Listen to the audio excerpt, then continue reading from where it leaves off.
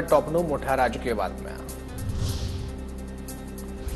नाशिकमध्ये खाटीक समाजाचा नितेश राणेंना झटका। हलाल पद्धतीनेच मटण विक्री करण्याचा खाटीक समाजाचा निर्णय। नाशिकमध्ये झटका नाही तर हलाल पद्धतीनेच मटण विक्री करण्याचा खाटीक समाजाचा निर्णय।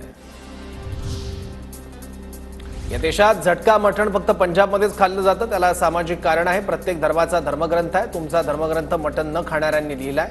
ज्या देशात 85% लोक मटण खातात त्यांना तुम्ही खाऊ नका सांगणार का? नितेश राणेंच्या भूमिकेवर जितेंद्र आव्हाड यांची प्रतिक्रिया। तर प्रत्येक धर्माचा एक धर्मग्रंथ आहे। त्या धर्मग्रंथामध्ये मटण कसं खावं, मटण कसं खापावं हे सगळं लिहिलेलं आहे।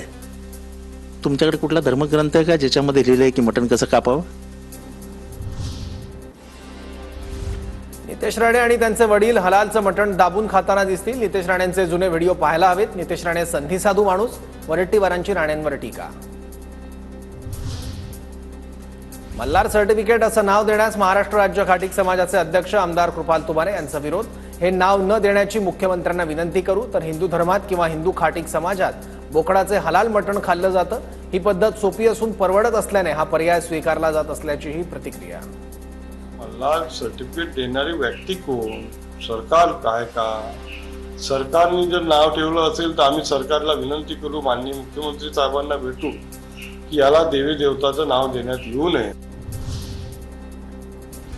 विधानसभा निवडणुकीत आपण भ्रमात राहिलो, 181 जागा येणार म्हणून कोण मुख्यमंत्री याचा विचार करत बसलो, हर्षवर्धन पाटलांचं वक्तव्य। तर विरोधी पक्ष नेत्यासाठी लागणाऱ्या संख्येपर्यंत सुद्धा जाऊ शकलो नाही, कार्यकर्ता मेळाव्यात पाटलांकडून खंत व्यक्त। होणार आहे, कोण मुख्यमंत्री होणार आहे, पुढे काय होणार आहे, या सगळ्या गोष्टी दुर्दैवानं त्या घडल्या आणि त्याचा परिणाम असा झाला की आज आम्हाला महाराष्ट्राच्या विधानसभेमध्ये सुद्धा एका पक्षाच्या विरोधी पक्ष नेत्याच्या संख्येपर्यंत सुद्धा संख्याबळ दुर्दैवानं त्या ठिकाणी आपण जाऊ शकलो नाही। शरद पवारांचा पक्ष होम प्रोडक्शन आहे। पक्षात मुलगी, नातू आणि मानलेले पुत्र आव्हाड यांच्यामुळे होम प्रोडक्शन पक्ष झालाय। सुजय विखेंचा टोला। तर जयंत पाटलांनी दिलेल्या सूचक इशाऱ्याचं रूपांतर लवकरच वास्तवात होईल, विखेंचं विधान।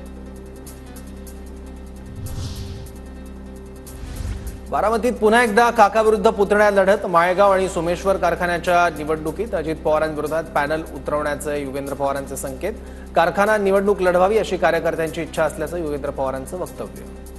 जर आपल्याकडे तिथं चांगले सक्षम उमेदवार जर मिळत असतील आणि जर हा कारखाना आपण वाचवू शकलो, जर त्या कारखान्याचं छत्रपती होण्यापासून जर आपण आजच ते थांबवू शकलो तर मग काय हरकत आहे?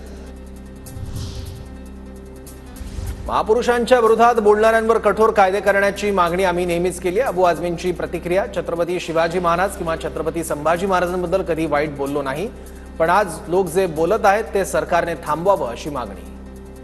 संभाजी महाराज हो या छत्रपति शिवाजी महाराज या इस देश का कोई भी ऐसा महापुरुष हो, इसके बारे में मैंने कभी आज तक कोई अपशब्द तो बोला ही नहीं है। सरकार को कुछ न कुछ ऐसा कदम उठाना चाहिए ताकि इन महापुरुषों के खिलाफ जो लोगों के जहन में ऐसी बातें जा रही हैं वो रुकना चाहिए।